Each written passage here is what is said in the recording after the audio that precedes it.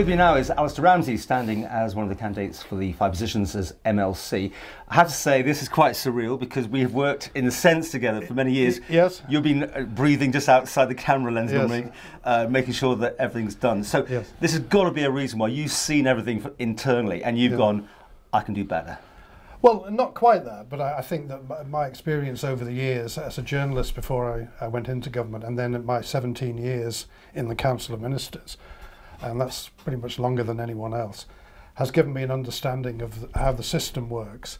And I think that qualifies me to help scrutinise and ask questions and help people understand what's going on. Everyone uses buzzword scrutineering, scrutinising. It's a really boring word, isn't it? And the same as legislative council, it really turns people off. Are you poacher turned gamekeeper then? I was poacher turned gamekeeper when I went into the Council of Ministers, and you could say that I'm now going back to being a poacher. I wouldn't see it in quite those frightening terms. But most, in fact, all the MHKs will have a track record of knowing you. Now, they'll have made an opinion, whereas a lot of other people, they're seeing them almost for the first time.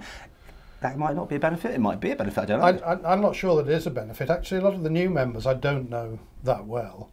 I worked with the ministers for a year. So hopefully that, who knows, I don't know. You retired, went off into the sunset last I saw. You took your pension and went, so what happened?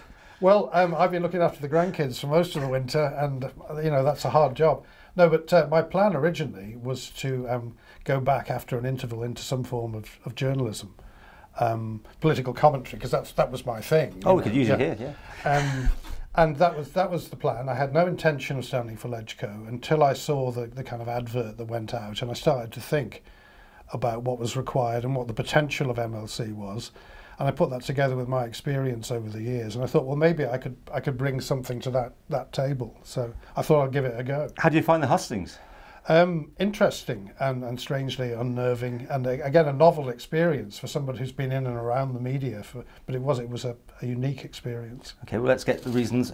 You said why you saw that advert, but do you have aspirations if this doesn't work out to become an MHK? I mean, no. I see the two jobs as completely different.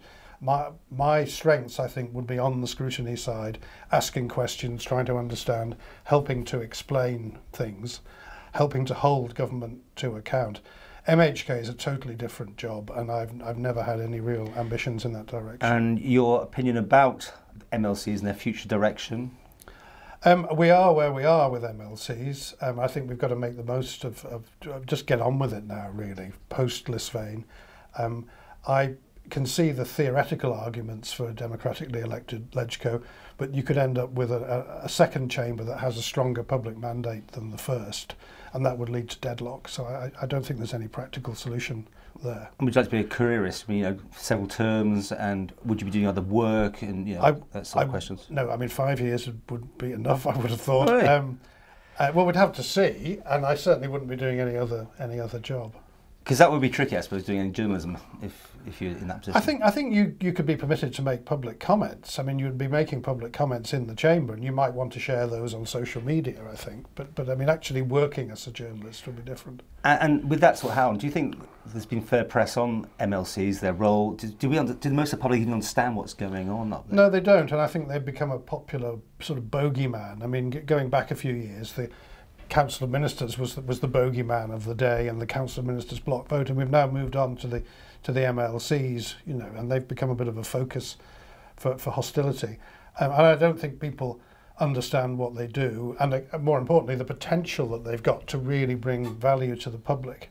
Do you see yourself putting any legislation forward? I mean, or just as a scrutineer? No, I think the responsibility for initiating major policy and legislation lies with the Council of Ministers, and the MLCs are there to kind of challenge and I mean, I think you could bring initiatives on the governance side and issues relating to scrutiny and process, but not major policy initiatives. And this thrust and loving this to get back into this, would that continue if it didn't work out this time? Would you look at 2 years' time, or would that be it? And you... No, I think, I mean, as I say, my original plan was to go back into political journalism, and I will just crack on with that, and I look forward to getting back into political commentary, and actually informed by this experience, which has, you know, been quite an interesting one. Well, I mean, the public can't vote, and yet there's a on one of the forums you're way up in the wrestling listings. Yeah. Is that interesting? That, that's bizarre. Yeah, I just like to thank my friends. Vote early and often, as they say in some countries. Yeah. Yes. And back to that, you know, you do know people, so you obviously got an idea of how it's going.